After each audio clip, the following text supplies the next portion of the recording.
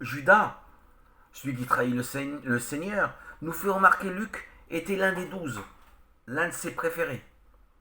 On imagine facilement la souffrance de Jésus quand il s'aperçut de l'emprise de plus en plus forte du démon de l'ambition et de la cupidité dans le cœur de cet homme qu'il avait choisi, l'un des 12. Les démarches de Judas, ses manœuvres ne lui échappent pas. Il a suivi anxieux l'envahissement de Satan dans ce cœur depuis les premières déceptions devant une doctrine du détachement jusqu'à la trahison. Il a vu ses démarches, ses marchandages, et Judas se rendit pour parler avec les grands prêtres. Luc 22, verset 4. Il a vu son désir de le perdre, de le livrer à ses ennemis. Il discutait avec eux comment le leur livrer. Luc 22, verset 4. Il a senti cet homme rôder, s'inquiéter pour trouver le meilleur moyen de le livrer, loin de la foule, loin du peuple, où Jésus compte trop d'amis. Et Judas cherchait avec eux le moyen de leur livrer, en dehors de la présence des foules.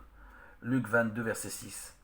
Il trouvera, mais ce sera la nuit, car le traître a sans doute pensé à ce moment idéal où le Christ prendra le repas de la Pâque, la nuit, seul avec ses disciples. L'affaire sera facile avec les soldats. Mais Jésus le prévient, il l'a deviné, et d'un coup de maître le paralyse. Il donne des indications à Pierre et Jean, dont Judas ne peut tirer aucun parti.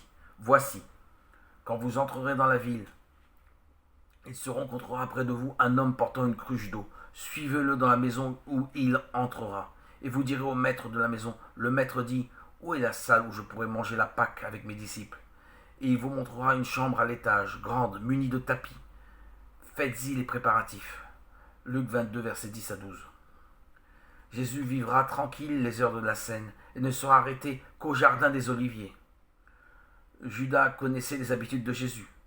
Tout cela nous permet de comprendre la souffrance morale du Seigneur face à l'amitié détruite, saccagée, qui conduit l'ami jusqu'à la trahison et au crime.